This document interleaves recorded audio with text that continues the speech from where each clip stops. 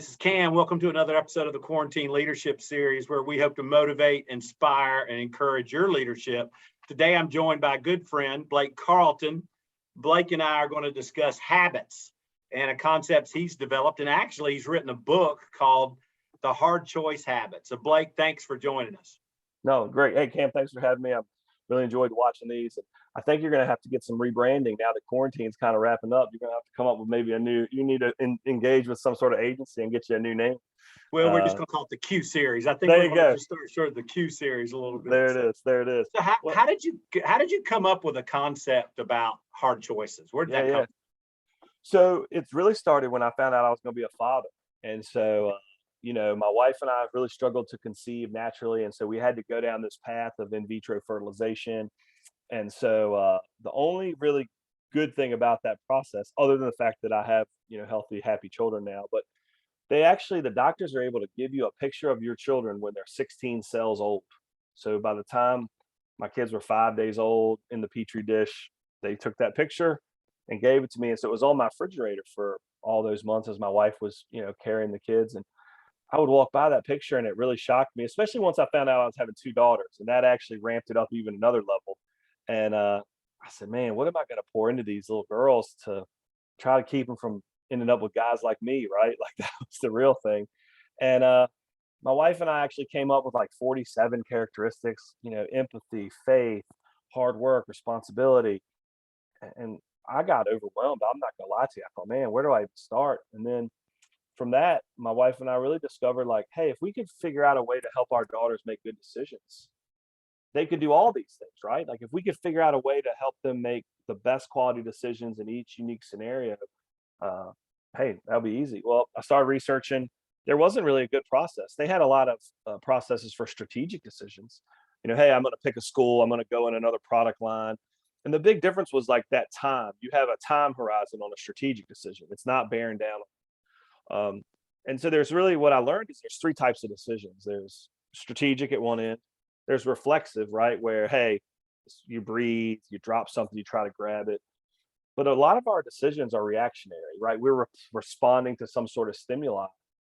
And they usually have a time horizon between 3 seconds and a minute, right? Hey, French fries, right? Lunch. I always use that one because that's a tough one for me. I get to order, so I order the salad or the French fries. And so as we started really talking about it, really started doing some research around behavioral economics and game theory. And there wasn't really any books out there. There wasn't kind of any information around here's how you make good decisions, because every decision has so many independent variables. People just ignore that aspect of the process. And for me, that was the key to the process. And so what we figured out was, which is the title of the book, Hard Choice Habits. I firmly believe at the core, every decision, especially again, those reactionary decisions, can be boiled down to an easy choice or a hard choice. And it just comes down to if you're willing to make more hard choices than easy, you're going to have much better outcomes. And so wrote a book and actually, so at the base, it's easy or hard. And then it goes up, it has three other rules that sit on top of that, 2 or 4, right? That's about perspective. Yeah. Things can happen to you or for you.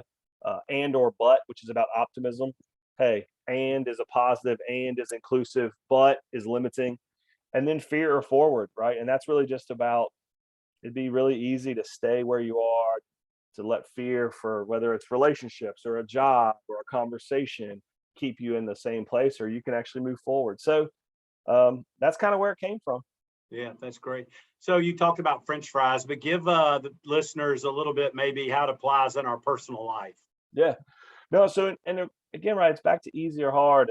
And I use a lot of times, whether it be internally, for me, speaking of quarantining, the quarantine wasn't too good for my waistline. And so as I've been trying to kind of go through that process, it's like, it's easy or hard. It's really easy to sit down with a big bowl of ice cream at night and, watch some television or make that fried food or make that extra, takeout delivery order. But it's harder to eat the salad or to say no or just to drink a big glass of water. Even when it comes to my kids, sometimes I have my girls now are 12. I have twins, 12-year-old twins and a son who's 9. And man, sometimes it'd be really easy just to come home and sit down, unwind from my day. But the harder thing is to, hey, let's go play this game. Tell me about your day. Let's go do something. And so Yeah. Even a conversation with your spouse or your significant other. I mean, so that's what I think happens with divorce. It just becomes easy, right? It becomes easy to kind of stay in that lane, not have a conversation, and not talk about what you want out of the relationship, as opposed to taking the hard thing and really moving forward and leaving the fear behind you and really trying to step out and move forward. Yeah, it's what we do so much of, that visual of putting your head in the sand, Yeah. You just, I want to avoid it. I want to avoid it as much as possible. Well, and I think what we find is that people, and there's a lot, again, behavioral economics around, the availability heuristics, and kind of that loss and gambling, that, hey, it's better that I know that I have this, right, as opposed to that. I mean, I think even in the Bible it talks about it, right? The parable about the 10 talents, how the one servant keeps it close and says, hey, I buried it, I was afraid to lose it. And in the parable, the boss of that story is like, well, that's the worst thing you could do. Like, I don't want you to do that. So I think we see that so often, and it's across all sorts of spectrums that reality comes true. Give us an example in our work life. And a lot of people listen are why people, and you're a why person too. So maybe give us an example of how this happens in our why world. Yeah. So I mean, the reason I like, for leaders, whether you're a leader of a YMCA or a leader of a large organization, the hard choice habits boils it down so that you as a leader can talk to your entire team about hard versus easy. So like you said, so I work, currently I'm the director of national partnerships for YUSA. I was chief operating officer at a local Y. Actually started as a camp counselor and made my way all the way up, was an exec with VP. And so as my team got bigger, it was harder because I had people that did different functions. And so an aquatics director, what an aquatics director deals with and what a property director deals with are so different. And so to try to talk to them about making similar decisions is almost impossible. But if you could boil it down to easy or hard, right? So the hard thing for the aquatics director might be, hey, I need to have a conversation with these lifeguards about, right, them watching the water, not being on their phones, versus maybe the hard conversation for the property director is about his attention to detail and kind of dealing with some of the vendors that we have going on that maybe they're not kind of meeting their deadlines. Those specific examples, whether lifeguards or vendors, they don't connect. But if you could boil it down and say, hey, it's hard to have those conversations with people. On our team, we're going to do hard things. That's the pinch point. That's the delivery system. Yeah. Wherever it shows up in your job, be mindful of it. Pay attention to it, because you're going to know you're not going to want to do it. It's going to feel scary. It's going to feel, kind of icky. Yeah. So yeah, I think at that level, definitely. So as a leader, I'm coaching one of my people through an issue. Do you think that's the way I would couch the conversation of, hey, Blake, what's the easy way for you to handle this situation? And once you give that scenario, I could go, all right, so what's a hard way to deal with this? What's going to be hard to deal with that? And then go, hey, where do we get more traction? What's going to get us to an end result faster? And sometimes maybe ripping the Band-Aid off is the other analogy that maybe ripping that Band-Aid off now is the way to do it. Yeah, so I definitely think that's how it would show up, in that, to your point, you could say, listen, it seems like Cam, with that example too, you also might be able to look back and to say, obviously there's a reason we're in this kind of counseling, mode now. Let's look back. How you got here was you took the easy path, right? So now I'm involved, right? Yeah. And that would be easy to look back and say, look, this, and this. You had options. You chose the easy path. All right. So we know taking the easy path gets you weekly meetings with your CEO, which nobody wants. No offense to the CEOs out there, right? Nobody wants that. The truth. Speak the truth. Right? Nobody wants that. But nonetheless, we're here. So if we want different results, we have to do some things different. So let's talk about these hard things. I think the other thing I've actually done, because I've done some career counseling with guys and girls, the beauty of the hard choice habits is that, so let's say you're talking to an employee and it's something really hard they have to do, right? Like hold some teams accountable or create some innovation or do this really hard process. You can say, all right, look, let's step back from that really hard thing. Let's talk about 3 hard things you can do today that are Yeah. not quite as hard. And it builds up that callus. And so then to say, listen, we're going to talk next week, we're going to talk about those 3 or 4 hard things. They come back, they're like, I did them. And you know what? It was hard, but man, this was my outcome, right? This was what happened. All right, now maybe we try one more week. Well, by the 3rd week, you can say, look, you can do it. You've done these hard, like now we're ready. I think so often as leaders, we try to ask people to run a marathon without giving them the training. Yeah. You know, we expect them to be there. It's like, no. No doubt. I see it with my own kids. I mean, again, I hate to go back to the family thing, but when we talk in our family, at the end of the day, we say, hey, tell me one hard thing you did today. I would say advise that at staff meetings, right? If you start to use this to start talking about it at your staff team, to say, look, guys, you know, all of us have to be in different worlds. The decisions are different. Tell me one hard thing you did, and then tell me one place where you took the easy path, and let's talk about that, right? And you can use it in the moment. You know, you're working with your staff people, and everybody's kind of rolling their eyes or squirming in their chairs. As the leader, you can step back and go, guys, we do hard things on this team. I think we know what we need to do. We just don't want to do it, right? I mean, my kids are great. It's bad now that they're starting to use them against me. So, you know, we ask our kids when we at the end of the day, hey, tell me one hard thing you did, and we get some funny stuff. But you know, one of the other days, probably about 4 months ago, my daughter's in 6th grade. She kind of took a deep breath and she said, you know, Dad, there's this girl at school named Susie. Nobody ever really sits with her. And I've been sitting with her, and that's been really hard because she's like, I don't really want to sit with her either. You know, she's like, all my friends are over there. She said, but you said we do hard things, and I knew I was gonna have to tell you something I did hard. And so, like, I think as you start to look at it through that lens, you build up your momentum, you build up your comfort level with hard things, so that when truly important, critically hard things are in your path and you're at that fork, that feeling of accomplishing hard things isn't foreign to you. Yeah. You build the muscle. Yeah, You it's a build that muscle. It's 100% a muscle or a callus. I firmly believe that. I think that's why if you see the most successful leaders, they're successful in business, at home, right? Because they get it. I mean, you could look at like the people like Tom Brady, right, in the sports world, but I mean, that guy's diet is insane. Well, he's the Yeah. only player to ever play past 45. I mean, Yeah. and I think it even goes back before that. If you look in his college career, I mean, he got benched his senior season. That's hard for a 21-year-old kid at a big school.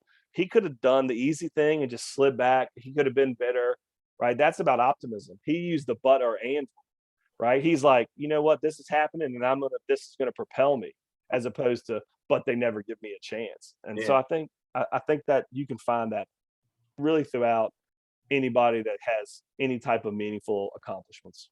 Sure. Yeah. And even reflecting deeper, the hard decision of that coach to go, hey, Yeah. we're going to bench this guy. Hey, but he's a senior. What do Yep. you know, what's that? You know, hey, but this is the right thing to do. And it's also the right thing to do for him. Yeah, It's going to be hard in the short term. that's The right. right thing to do for him in the long term. Well, and Cam, you probably have people you've talked to that have had horrific things happen to them. It could be divorce, the death of somebody. I know I read the book about that 1996 expedition up the Everest Mountain, and all the people died. And there was this one guy, his first name was, I think it was Buck Winters, and he lost his hand and his nose. He lived, but he was never, or he had to have a foot amputated. And so he was being interviewed and said, well, would you go back and change things? And he said, no, my life is, I'm much happier. I mean, I think it's awful that I don't have a hand and a nose and a foot, but my marriage is much stronger. My kids' relationship is much stronger. I appreciate every day in a different manner. I think we all know those people that they experience a traumatic event and they have to make that hard decision. Are you going to let it crush you or push you forward? So, Well, I think in my career, and you're talking to somebody that's old and made a lot of bad decisions or taking the easy way out. I mean, it's almost 100%, especially in the realm of personnel issues. Yep. When I've taken the easy track or I've put my head in the sand, it's been worse. It made it worse, where I survived when I took things head on. Yep. You know, you don't think you are, you know, you Right. think it's, yeah. And I remember asking a board chair when I was going to have to terminate somebody. I said, would you sit in there with me? And he went, you're the boss. That's why we pay you. Do it. Yeah. Grow up. Right. And I survived it. I mean, and I'm thankful for that coaching that he gave me at that time. Yeah. Later that afternoon, are you all right? You made it? See, it happened. Best thing to happen for the while. Go do it, Yeah. Well, and I imagine that once you did that one, when you had to have the next one, that it was that muscle, right? You had built up that muscle specifically to that situation, those kind of HR scenarios.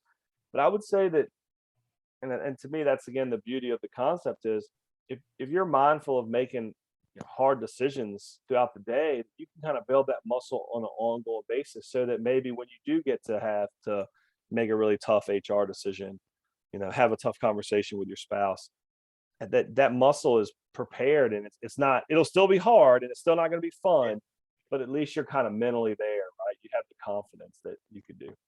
One time when we spoke and we were talking about this topic, you shared a little bit of math of Yeah. if you do it, that Yeah. quickly give that Yeah. scenario to our listeners. Yeah. So I think I in my book this way, right? The challenge I kind of challenge everybody is to say, listen, like imagine if you made, 7 intentionally harder decisions per day, right? Maybe morning, mid-morning, lunch, mid-afternoon, evening, right? It would all day long. You kind of and it could be a hard thing for your personal life. One of the things, maybe you want to wake up and meditate. Hey, you like to sleep in, the alarm goes off. What are you going to do, right? Well, if you do those 7 a day, that's 49, right? 49 times 52, it's like 2,500 harder decisions in a year. And you can't tell me that by actively doing that, you won't have better outcomes, right? It has to happen. I mean, I think success, outcomes, growth, it's a math equation, and the math is the hard choices. And if you do more, you're going to get more out of it. It's just, are you willing to kind of do that math? Yeah, that's great. I mean, that's a great visual too, I think, for us. Tell everybody how they can find your book and communicate with you too. We'll also post it when we send this out. Yep. So yeah, you can just go to thehardchoicehabits.com. The book's on Amazon. If you go to Google or go into Amazon search and just type in The Hard Choice Habits, or if you type in my name, the book comes up. It's only one book. That's all I got under my belt at this point. And so my email is just blake@thehardchoicehabits.com. If you need somebody to speak at a staff event or at a board function, one of the things I've been doing a lot of is boards. Cam, I'm sure you as a CEO, you talk about strategic planning, make changes, and you do that every so often. And so I've really worked with some local CEOs of nonprofits to have this conversation about doing hard things before the strategic planning process starts, because it kind of frames people's mind as the CEO is like, hey, I think we got to make a big change. And I think with the quarantine, with COVID, a lot of us are in that space. A lot of wives, a lot of businesses of like, okay, what used to work won't, and now we got to move forward. Well, that's scary. So it's hard. It's hard. You hope it'll come back to the way it was, but it usually doesn't. Back to your head in the sand analogy, for sure. Blake, thanks for joining us, sharing what you've researched and the book you wrote. I hope everybody picks it up. If you watch this, I hope that you will discuss making hard choices with your teams, the people around you, making us all better, make us better leaders, but making our people better. I also think so. Make sure you subscribe to the channel, share this with your teams, and always remember to lead with love. Thanks, Blake. Thanks, Cam. Appreciate your time.